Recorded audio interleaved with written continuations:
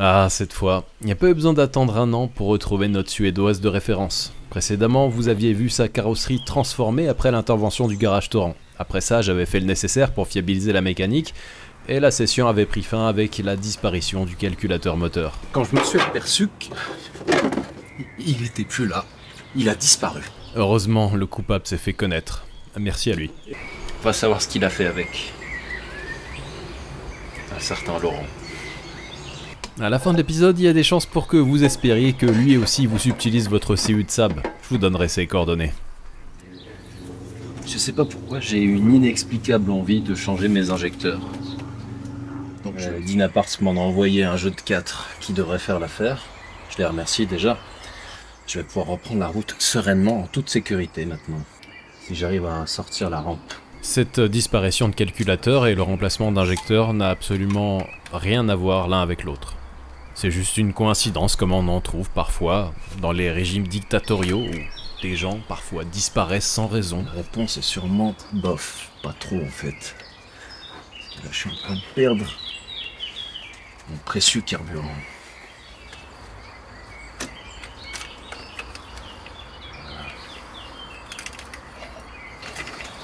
Ce serait bien si t'arrêtais de me casser les couilles. Voilà, je reste tranquille là-bas.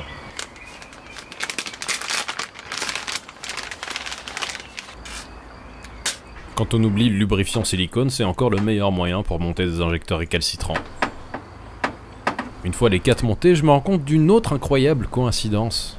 Oh, le numéro de série est malencontreusement illisible, mais je suppose que c'est identique à la pièce d'origine, puisqu'il n'y a aucune modification sur cette voiture. Est-ce que ça démarre?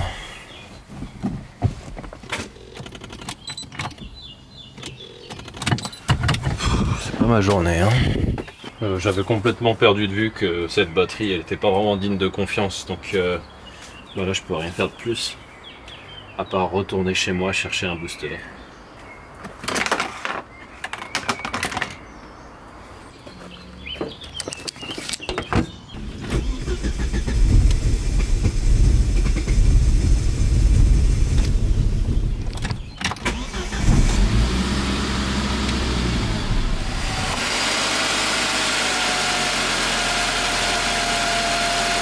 En parallèle du remplacement des injecteurs et de la remise en place d'un calculateur à la virginité inviolée, je me suis dit que rajouter une masse commandée depuis l'habitacle serait plutôt cool, un interrupteur qui fait de la lumière quand on appuie dessus quoi.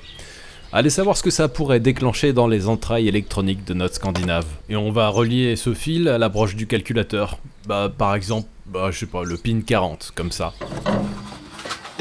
J'irais pas jusqu'à dire que c'était amusant de le faire passer par la gaine d'origine du faisceau existant, mais non, je dirais même que ma tension a monté vers des niveaux inquiétants.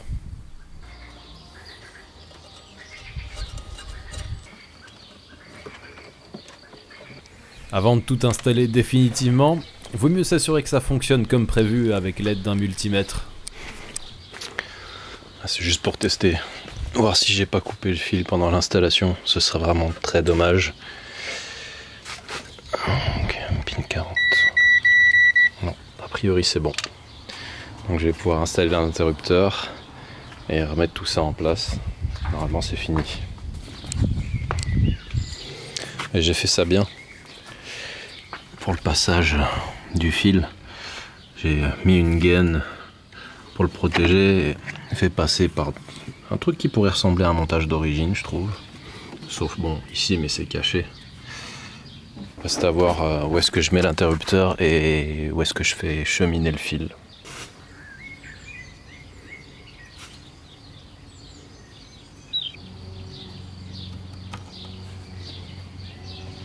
Et voilà, avec ça on pourrait presque croire qu'on va lancer un bon shot de protoxyde d'azote. Mais on reviendra là-dessus vers la fin de la vidéo. Il nous restait un chantier électrique au niveau des sièges pour avoir accès à de nouvelles fonctionnalités. Pour avancer de nouveau sur ce chantier, les connecteurs qui iront derrière les potentiomètres pour sélectionner l'intensité de rafraîchissement de nos parties intimes. J'ai été récupérer ça dans mon bac à fil. Je dois tout garder quand on démonte une voiture. Et le faisceau, ça fait partie des trucs qui peuvent servir. Et donc j'avais le bon type de connecteur. Puisqu'il faut m'en rajouter un sur chaque ici, donc sur le 3. Ces modifications, c'est juste pour la partie commande au pied de la console centrale. Il reste encore à câbler l'alimentation au niveau des nouveaux sièges. Merci à Maxime pour l'envoi des dernières pièces qui me manquaient pour pouvoir compléter mon installation siège ventilé chauffant. Donc là, des broches extraites du Note 9.5 qui normalement a des pins en plus par rapport au mien. Oui, je confirme. Donc soit je ressoude tous les fils là, soit j'arrive à les extraire de la fiche et à ce moment-là, je pourrais les réimplanter dans la mienne. Pour sortir les connecteurs, c'est toujours pénible les 3-4 premières fois. Et après, quand on a pris le coup, ça commence à aller pas trop mal. Donc là, j'en ai encore 2 à sortir. Je les positionne de part et d'autre du pin que je veux sortir.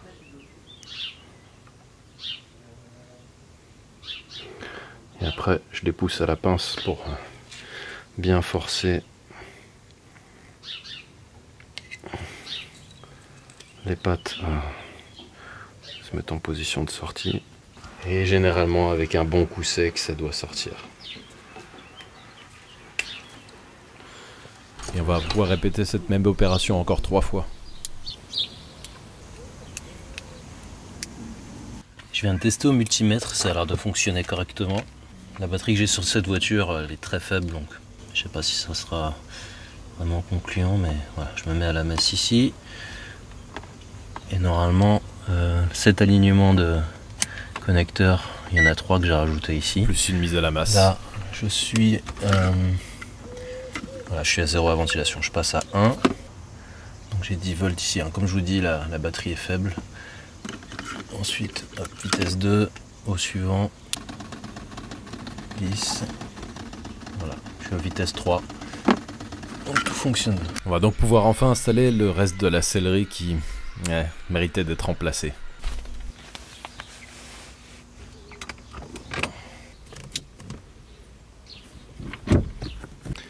Alors suspense, est-ce que ça fonctionne?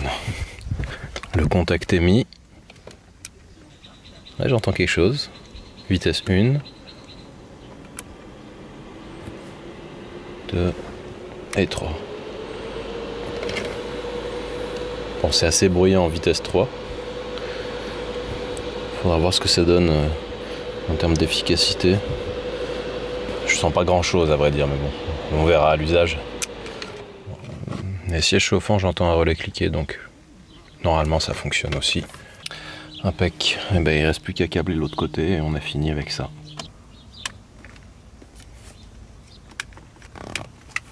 Après ça, il restait plus qu'à rouler pour avoir une adaptation correcte du calculateur. Ça m'arrive pas souvent, mais je suis allé faire un tour avec la voiture pour tester et je suis revenu à pied. J'ai explosé une durite de chauffage. Bon, ça va, elle est juste à côté en fait, donc il y a moyen de revenir avec sans plus de dommages. Les aléas. Voilà, je l'ai ramené, bon, moteur tournant sans flotte, mais j'avais que quelques centaines de mètres à faire. J'ai recoupé la durite pensant que je pourrais la remanchonner, mais le diamètre il se réduit énormément une fois qu'on s'éloigne de là où ça a sauté. Voilà. Forcément là c'est moins étanche. Donc je vais voir si j'ai un bout de durite qui ressemble à ça, sinon il faudra attendre. Là, j'ai trouvé un truc dans le stock qui pourrait convenir, je pense que ça vient d'une E46.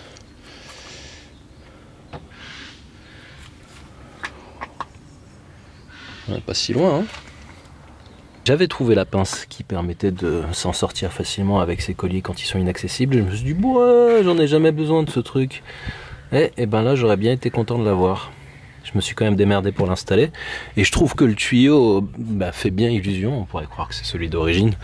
À part que on voit que le diamètre ici, ça a été un peu juste pour l'insérer. Il est un poil plus petit, mais bon, ça le fait. Donc je vais mettre en eau et puis moi je pense que ça va faire le job pendant un petit moment. Ça fait un moment que je soupçonne qu'il y a un support moteur HS. Le suspect numéro 1 c'est le ciel en bloc du système anti-couple. Max Auto 90, donc du nom de son garage, m'a envoyé une pièce de remplacement qui devrait faire la durée de vie de la voiture.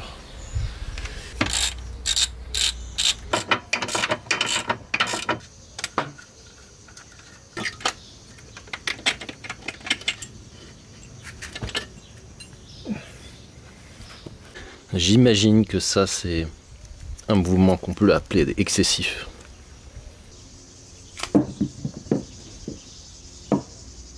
Voilà, avec ça normalement on sera mieux.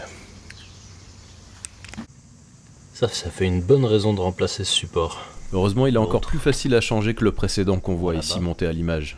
En polyuréthane.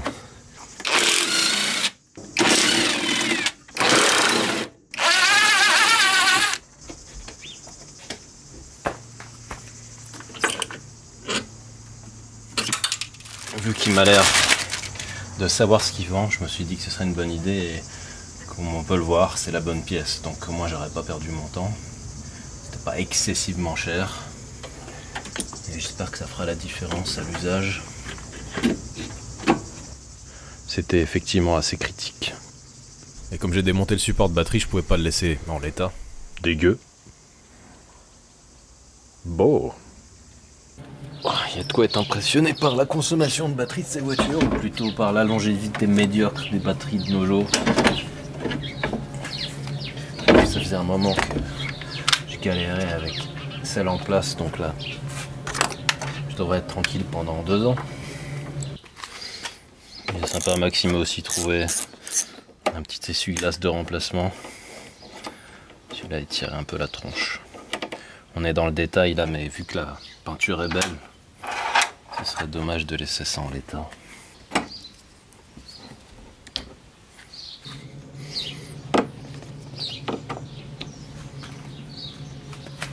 Un certain Laurent, emprunteur de calculateur de sable, m'a fait remarquer que j'avais pas les bons répétiteurs, donc il m'en a envoyé. C'est quelqu'un de pointueux dans son domaine, les sables, donc vous pouvez pas laisser passer ça. Et ça tombe bien d'ailleurs, de l'autre côté, j'ai perdu la glace qu'on avait recollée. Et tant qu'à y être, j'ai aussi isolé de nouveau les connecteurs qui étaient à 2 doigts de faire péter les fusibles.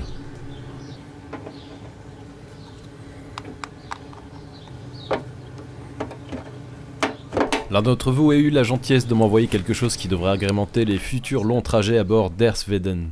On va donc l'installer puisqu'on arrive presque au bout du chantier. Un certain Thomas qui se reconnaîtra. Il y a une chaîne YouTube qui s'appelle Garage Triennal. Il porte bien son nom, hein, donc il fait surtout de la sable. Et normalement avec ça, on va pouvoir utiliser le Bluetooth sur le poste d'origine. C'est installé. Je l'ai mis au fond ici, je l'ai collé à la mousse comme ça, il vibre pas en même temps que la caisse et puis il subira pas la chaleur qu'il y a contre la carrosserie des ailes parce que ça peut chauffer fort. Donc là, on voit qu'il est en fonction, j'ai rajouté un interrupteur juste là. Parce que en fait, dans la version actuelle, il s'éteint pas, il se met jamais en veille, donc pour les longues immobilisations de la voiture, quand elle sert pas, c'est mieux de le couper. Pas se retrouver en rade. Et hop, si on le remet en marche, voilà, là il s'initialise de nouveau. On va déjà voir s'il apparaît comme un périphérique en Bluetooth. Ok, donc je suis connecté dessus. Maintenant, j'appuie 2 fois sur CD. BlueSap V6, par exemple Régis, au hasard. Régis appuie sur tous les boutons. Ensuite, Régis nous apprend à voler une voiture. Régis se fait... Donc voilà, c'est cool, on a le Bluetooth dans cette voiture tout en gardant toute l'installation d'origine et c'est propre. Pour célébrer ce nouveau succès technologique, j'ai installé les sigles SAP 9 qui attendaient depuis un moment de rejoindre cette carrosserie rutilante, enfin, quand on la lave. Une des dernières pierres à l'édifice.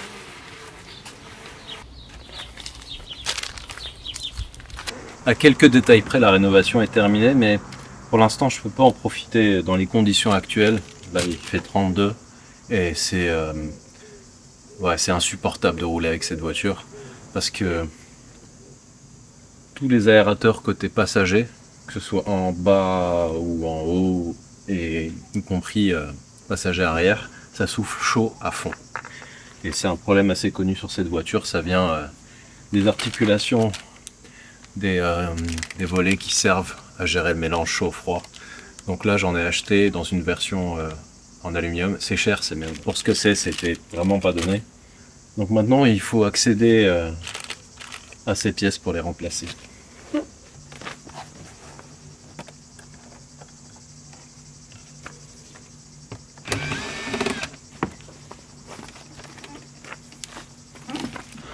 Je vous présente la zone qui va nous intéresser.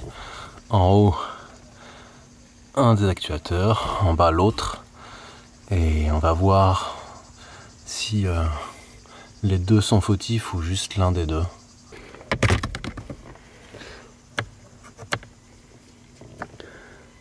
On va démonter l'autre aussi.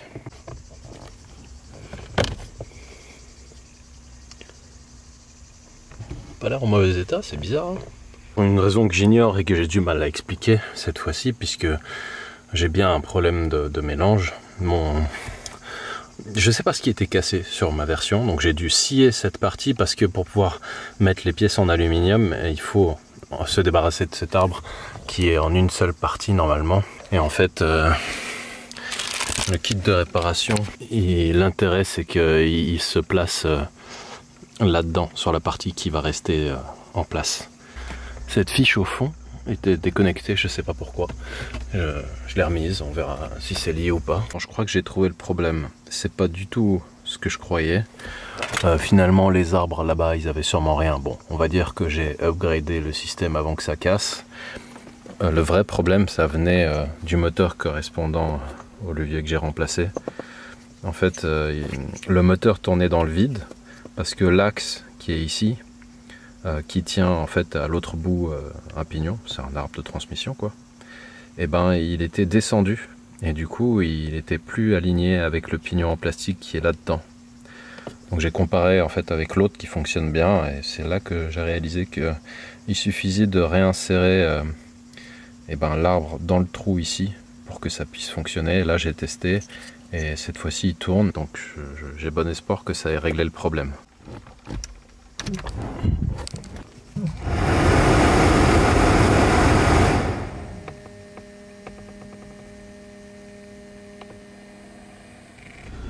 Bon, ça m'a l'air de fonctionner.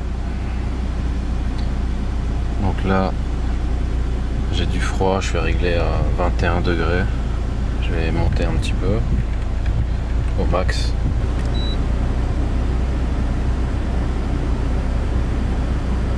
Voilà, ça monte. Ok, ça c'est bien, mais si vous avez été attentif, vous avez peut-être remarqué que ça fait un moment que la 9.5 n'a plus de poignées à l'intérieur. Ça c'est parce qu'elles étaient dans un état pitoyable. J'ai donc profité de remplacer la banquette pour récupérer du cuir dans un état correct. Et un certain Sébastien s'est proposé pour recouvrir ses poignées avec un revêtement noble et atteindre un niveau de finition digne de celui d'une Bentley. À défaut de pouvoir en avoir une, voilà, je compense comme je peux. Ça y est, on va enfin pouvoir finir l'habitacle. J'ai reçu le colis de la part d'un certain Sébastien qui avait réceptionné mes morceaux de cuir, des anciens sièges et des poignées en état de décomposition avancée. Il s'était proposé de me faire un travail de sellerie et je le remercie énormément parce que je sais qu'il a eu des emmerdes en plus pendant cette période, donc on va découvrir ensemble la qualité du travail. Voilà une des poignées qu'il m'a faites, donc recouverte avec un simili, si je dis pas de bêtises, parce que le cuir que je lui ai fourni simplement il n'est pas assez souple pour faire ce genre de choses. Donc voilà, on va pouvoir monter ça et ça va être carrément mieux en fait que la pièce d'origine, ça fait moins naze. Il y a juste cette problématique des pions là dont je parlais, on verra ce qu'on peut mettre à la place. Mais ouais, c'est chouette, je vais pouvoir retrouver des poignées dans la voiture. Sur les panneaux avant, conducteurs et passagers, il y avait des traces noires assez difficiles à enlever, mais heureusement le diluant en est venu à bout. Voilà, on va pouvoir remonter ça sans avoir trop honte du travail accompli. Et encore moins du travail accompli par Sébastien qui, je dois dire, m'a assez impressionné en termes de maîtrise de sellerie.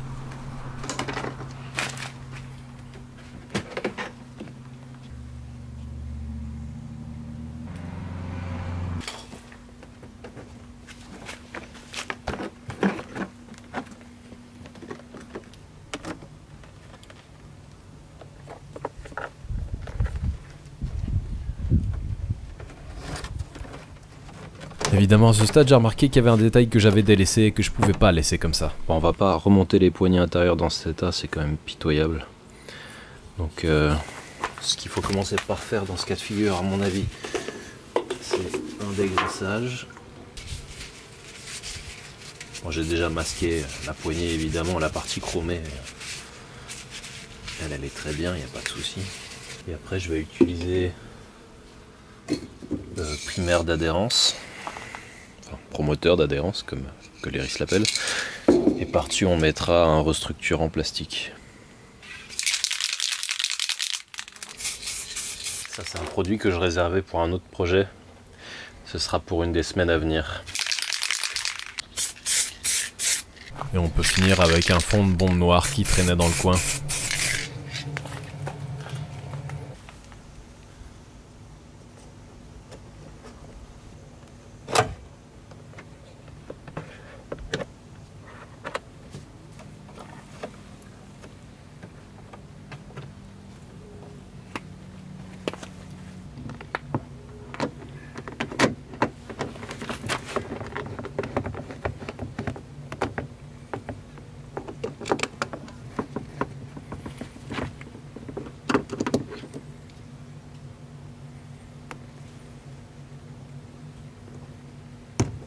Reste plus qu'à mettre le cache-vis de la poignée d'ouverture et on en a terminé.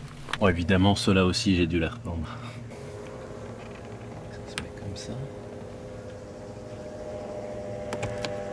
Yes. Après ça, elle a reçu le petit coup de propre qu'elle méritait parce que visiblement un des précédents propriétaires était fumeur. Et en guise de rappel de son état initial, voilà la voiture à l'arrivée de son périple initial.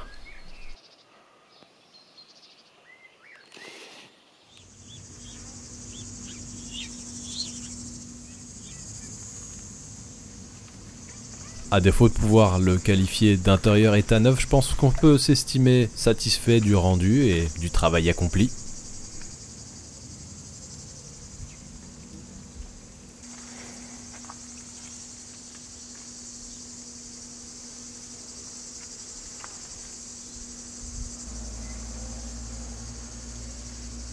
Restera plus qu'à trouver l'opportunité de tester ces sièges arrière. Mais bon, ils sont pas ventilés donc moi j'y pose pas mes fesses. Non, effectivement c'est plutôt sur le siège conducteur qu'elles doivent se trouver, donc c'est là qu'on se retrouve pour la suite. Bon, je vais vous montrer un des aménagements que je préfère dans cette voiture qui n'existait pas auparavant. Et c'est pas un truc qui se voit au premier abord pour le coup. Donc ça commence par la mise en route. Par défaut en fait c'est ce menu qu'on a. Bon voilà, j'ai toujours un problème de capteur de lave-glace, pas bien grave. Et donc c'est là-dedans que ça va se passer. Par défaut, on a un menu avec bon, plein de données intéressantes, mais bon, ça se limite à ce qu'on trouve d'origine sur n'importe quelle voiture. Mais en appuyant ici, on tombe sur des trucs plus intéressants. Donc il y a de multiples paramètres, mais notamment la possibilité d'aller lire les défauts moteurs et de les effacer. Enfin les défauts de la gestion quoi. Et on a aussi d'autres trucs intéressants. Donc si on démarre, ça sera encore mieux. Ça me permettra d'avoir la clim en plus. Voilà, bon, c'est légèrement personnalisé. Et ici, on voit qu'on a le régime moteur, la valeur de lambda, enfin le coef de correction. Et il y a pas mal de choses. Hein. Température moteur, température d'air, voilà. Il y a énormément de choses pour essayer de faire du debug de voiture, on va dire. Ça peut aider à trouver la source de dysfonctionnement. Par exemple, dans ce menu, on a la différence entre la masse d'air admise théorique et celle lue. Donc on peut voir si on a une fuite, par exemple, ou un capteur défaillant. Et on trouve également des informations du type « Oh, est-ce qu'on a mis de l'éthanol ou pas ?» Donc, par exemple, ici, on lit 62% de 85 dans le réservoir. Et bon, il y a un bonus supplémentaire, c'est que d'origine, cette voiture, je vous l'ai déjà dit, elle fait 150 chevaux avec une boîte extrêmement longue, et ça remplace une boîte 6. Hein. C'est quand même sympa d'avoir un peu plus de pêche, par exemple quand on va sur circuit. Ça peut arriver avec une Saab 9.5, on sait jamais. Et pour ça, donc j'ai installé quelque chose qui me permet de rester dans les limites du légal. Comme ça, sur route ouverte, je suis avec ma gestion 150 chevaux. Et si j'appuie là, on passe en mode race. Et à partir de ce moment-là, bon, les perfs sont meilleurs. Je vais pas m'étaler trop sur les détails du maximum atteignable sur cette version, mais c'est plus intéressant que d'origine. Maintenant qu'on est sur un tronçon de route fermé, contrôlé, sécurisé, on va pouvoir vérifier l'augmentation en termes de performance. Le petit bonus supplémentaire, c'est lorsqu'on met pied au plancher, à chaque fois on a la possibilité de connaître les performances mécaniques.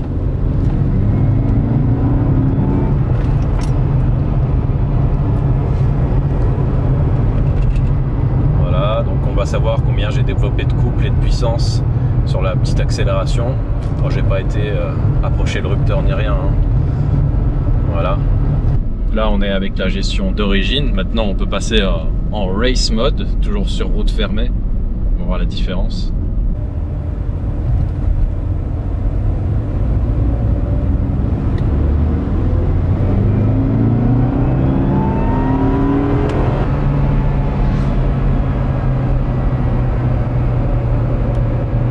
Voilà, c'est déjà un peu plus intéressant.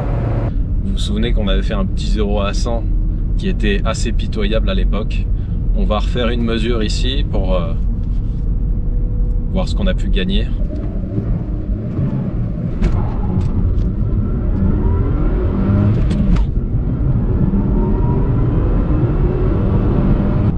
Je pense que c'est quand même nettement mieux. Et vous vous souvenez du défaut qui était apparu lors du premier rapatriement de la voiture? Bah ça y est, enfin un événement sur ce trajet. Le voyant moteur vient de s'allumer. Bah, il revient de temps en temps, un caprice inexpliqué jusqu'à présent. D'où l'utilité de pouvoir lire les défauts en roulant.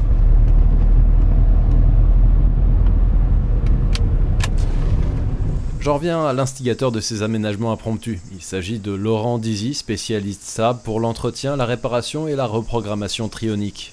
Et donc, si ça vous inspire, je vous laisse ses coordonnées en description de la vidéo.